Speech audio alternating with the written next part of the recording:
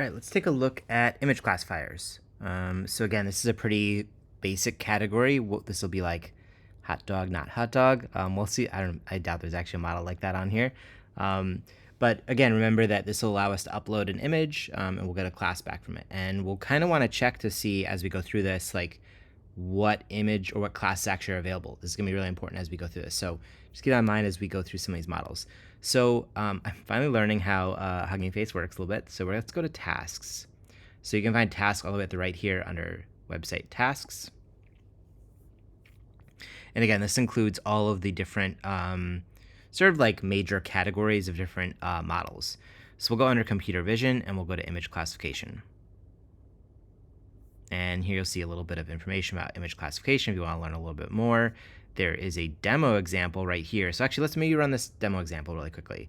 So let me drag an image in here or find one for my device. So let's let me download an image of a cat. Or actually, let's do dogs. I feel like I'm always doing cats, and the dog people are probably really annoyed about that.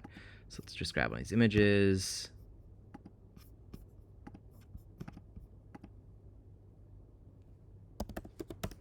Cool. All right, so let's go ahead and upload this now.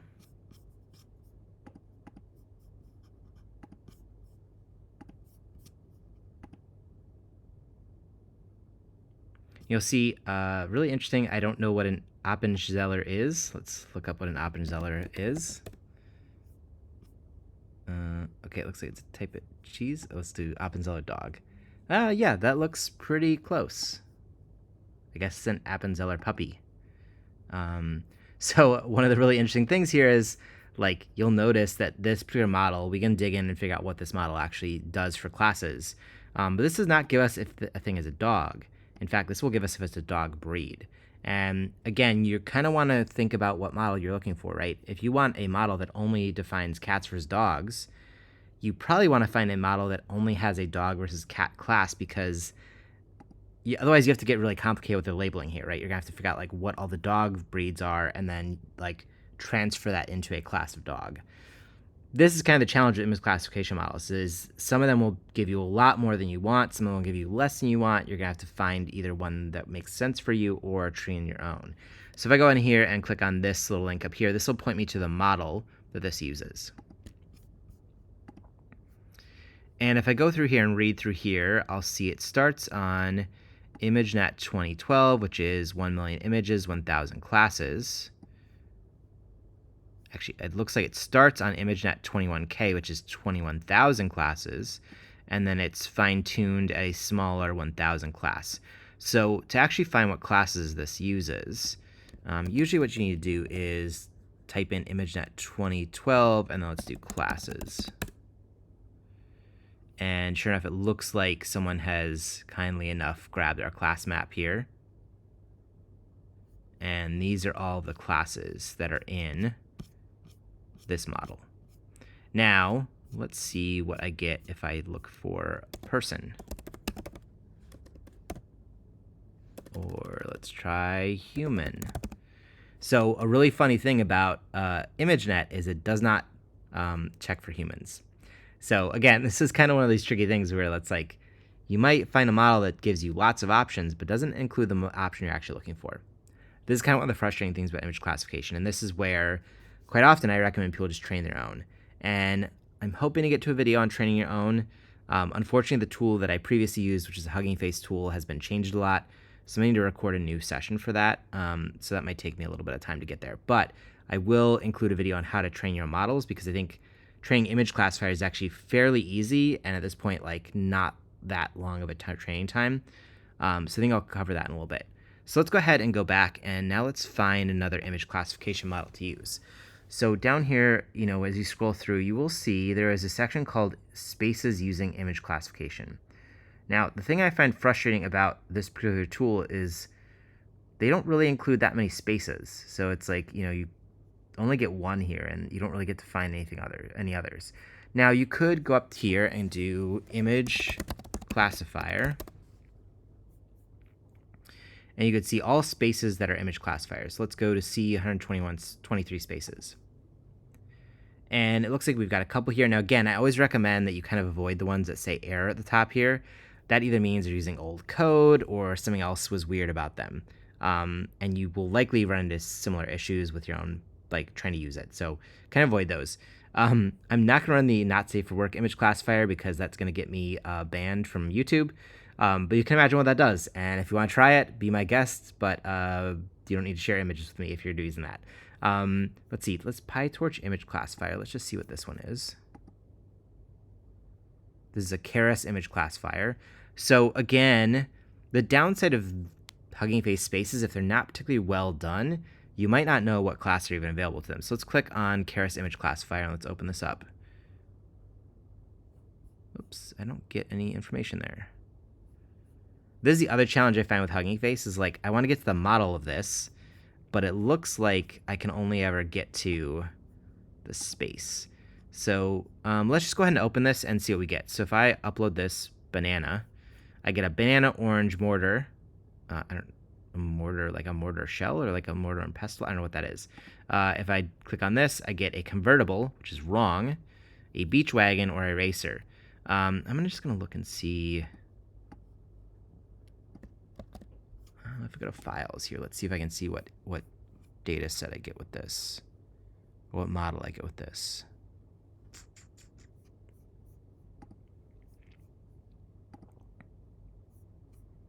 Yeah, it's not clear to me what model this is.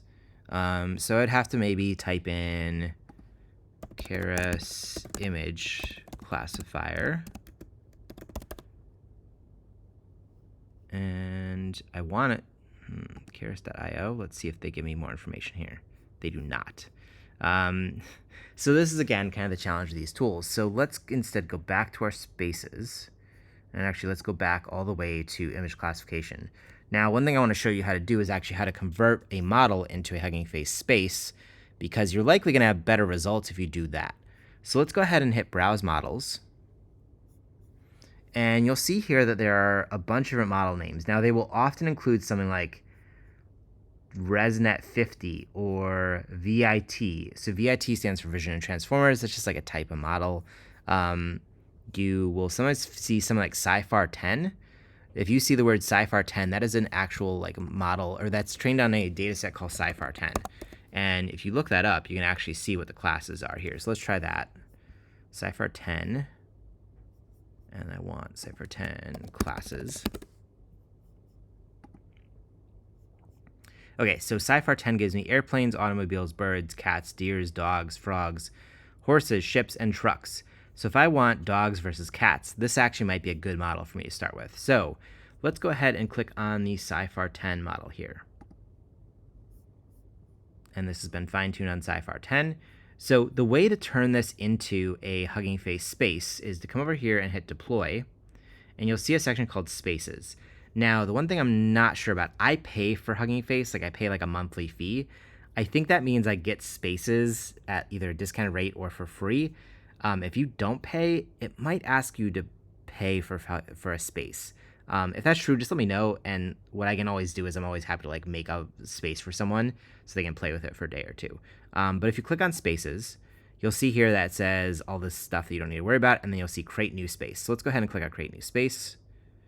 I'm gonna leave this as is. I'll keep this as Gradio, and I'm just gonna go down here and I'm gonna make this public. So I'll make sure everyone has access to this, and I'll hit create space. Now, usually it's going to take a couple minutes to actually load up and run. So what I'll probably do is I'll probably pause the video, and then when it's done, I'll open it up again and show you what it looks like. Okay, so I've got this up and running now. A cool little feature, which I think I missed maybe before, is you can upload a video, upload an image. There's also a webcam feature, so if you want to use your webcam, you can use that. And then there's lastly paste from clipboard. So like if you copy something from, I don't know, like Photoshop, you can paste it directly in here. Kind of cool. So let's go ahead and upload our dog photo. And let's hit submit. Oh, this happens. I've seen this error before. This happens pretty frequently the first time you run this because it basically is loading the model. So it's going to take a little bit of time to load, maybe a minute or two, and then the next time you run it, it'll be fine. So I'm going to hit submit again. There we go. Cool. Now, here's the problem. I get label numbers out of this. So how do I map this back to what I wanted out of this, right? So like this will happen quite often. You will get a number as your class. And you'll be like, well, what does that number correspond to? So I'm hoping if I go to the Sci-Fi 10 tab again, I will get 0, 1, 2, 3, 4, 5. Yep. So 5 is a dog. So remember that these are 0 index, meaning it starts at 0. So you go 0, 1, 2, 3, 4, 5, 6, 7, 8, 9. And if I look here, it says with 99% accuracy, it knows it's a dog. Great. Let me actually upload, well, let's find a photo of, let's see, what else in this class? So automobile, bird, car, cat, deer, dog, truck. So let's actually grab a truck. And maybe let's find a truck image that kind of looks like more like a car. Let's do, it's the craziest way to describe a truck, but let's grab a European truck. Images. And what I want is, where is this thing here?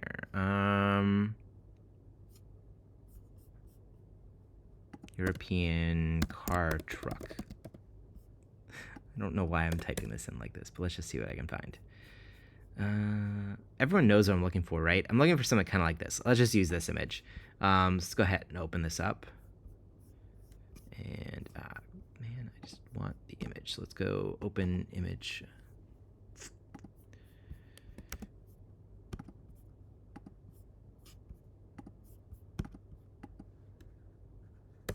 Old East European truck. See, it knows what I want. So let's go ahead and upload that this time.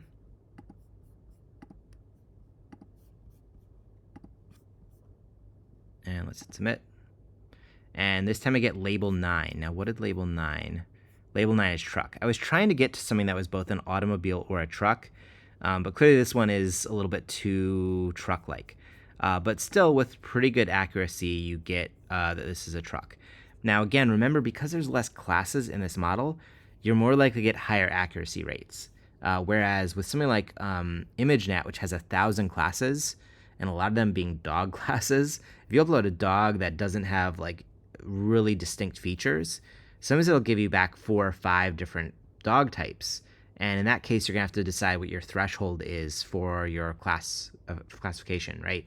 In that case, it may be only 30% accurate that a dog is this, that's this type of dog, but you have to figure out, like, is that actually really highly accurate because of the number of classes, or is that really low because of the number of classes, like that sort of thing. So again, just remember that a confidence score is quite important in this. And then again, you often have to figure out how to manage labels. So that covers this, how to convert a model into a Hugging Face space. Again, if you do come across one and it's asking you to pay for it or something, like, just let me know. I'm happy to like kind of create a Hugging Face space for people in the class. I've got one more thing I want to show people, and then we'll be done with this section. Okay, the last model I want to show in this image classification section is what are called zero-shot models. Now again, in the lecture I talked about that in most cases you need to pre-apply your classes when training a model. But there's a newish category of image classification models that are called zero-shot. And zero-shot means that it didn't have to be pre-classified, meaning when it was trained, it did not have to figure out what the class was before training it. Now, in reality, I wouldn't even necessarily call these image classifiers so much as like they sort of decode the image into a description model and then compare that description model to a class label. So they're not like true classification models, but what's really interesting about them is they allow you to upload an image and then sort of on the fly create your classes, which is really cool and really helpful. But one warning about them is they're not always the most accurate, or like they might infer a different thing than you're looking for in that class. So when you pre-classify images during your training cycle, it's a little more clear exactly what you're saying is like, this is this. Whereas when we do this, we may actually, when we run this model with the zero-shot model, we may actually find that like it infers something different from our labels. And maybe I'll find an example of that in a minute. But for now, let's just start with our dog image. Let's grab our dog. And let's say we want snake, cat, dog, or bear. I like this. Bear might be good because I think this kind of looks like a bear. So these are our labels that can potentially apply to this image. And let's hit submit.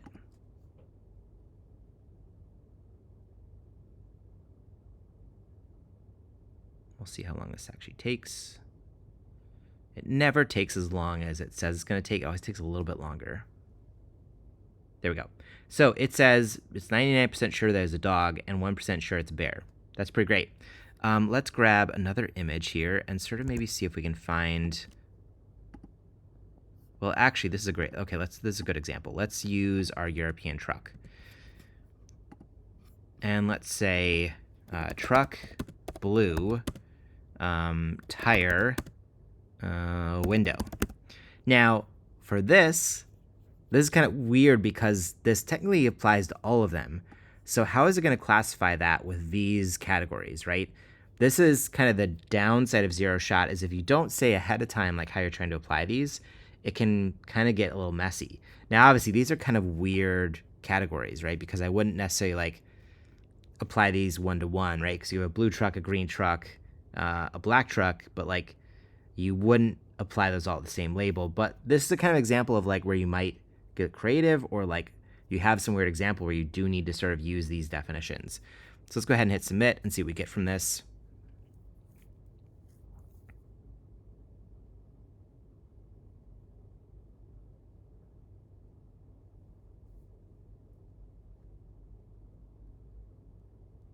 So it says truck is true, blue is 2%, tire and window. Again, I think it's actually doing a good job here. It's saying like the object I'm seeing is actually a truck. The object is not just a tire or just a window, but in fact, mostly a truck. I'm trying to see if there's another thing we can do here that would maybe a little bit more well, let's upload a really abstract image, right? So let's say I happen to have an image here on my desktop, I think.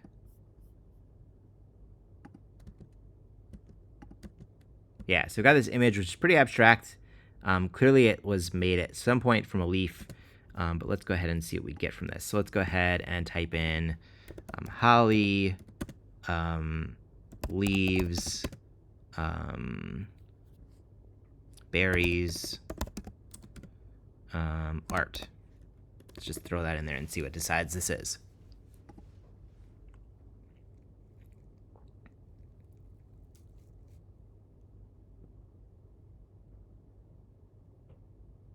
So it says it's holly, which is probably accurate. I mean, that's probably what the image started out as. Leaves, berries, and it definitely describes not as art. I feel like I should maybe take that personally, but so it goes. Anyway, I think these image types are really interesting. The challenge is you'll probably need to do a lot more experimentation in an environment like this to make sure that it really captures all of the characteristics you're looking for. Now, if you're looking for just dogs versus cats, probably going to be fine. But if you're, looking for something a little bit more broad, you really want to test it a couple times before really implementing that model. Let's try one last thing as I think about this. So I made this thing of like, I might try to use this as my example when I actually get it to training one of these models, but I made a Mulder versus Scully model. And here, let's try to type in Mulder, Scully. Now, I don't know if this model even knows who Mulder or Scully are, but like I'm going to find out. So hit submit.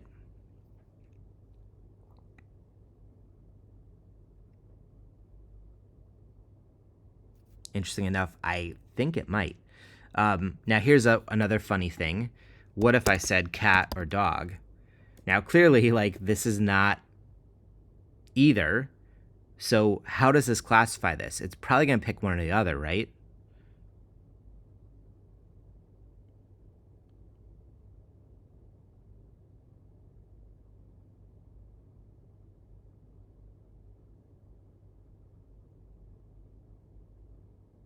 So what we get here is Fox Mulder is 68% dog. I kind of believe that. Or 32% cat. So again, when we think about these, we also need to think about what the confidence score, what the threshold of this is. So as I play with this model, I might also want to see like how accurate is this? Do I get lots of 99% or lots of 100%? Do I want to set my threshold to be something really high, like say 95%? Or am I finding lots of sort of middling results where we're in the 60s and I need to say something like anything above 60 is going to be what I keep, and anything below 60 I throw away. So again, with zero-shot models, you kind of have to play a little bit more with them. They're probably less defined because you didn't train them on explicit labels. And you need to figure out exactly the sort of the edges of these things to play with them a little bit more. So that's a run through of just a bunch of different image classification models. I hope you learned a little bit about different types. You maybe get a little bit more comfortable with Hugging Face spaces so you can start to play with them yourself. And again, maybe make a demo for you and your product team before you actually start to experiment and like build something that you could build with. Cool. So let's take a look at text classifiers next.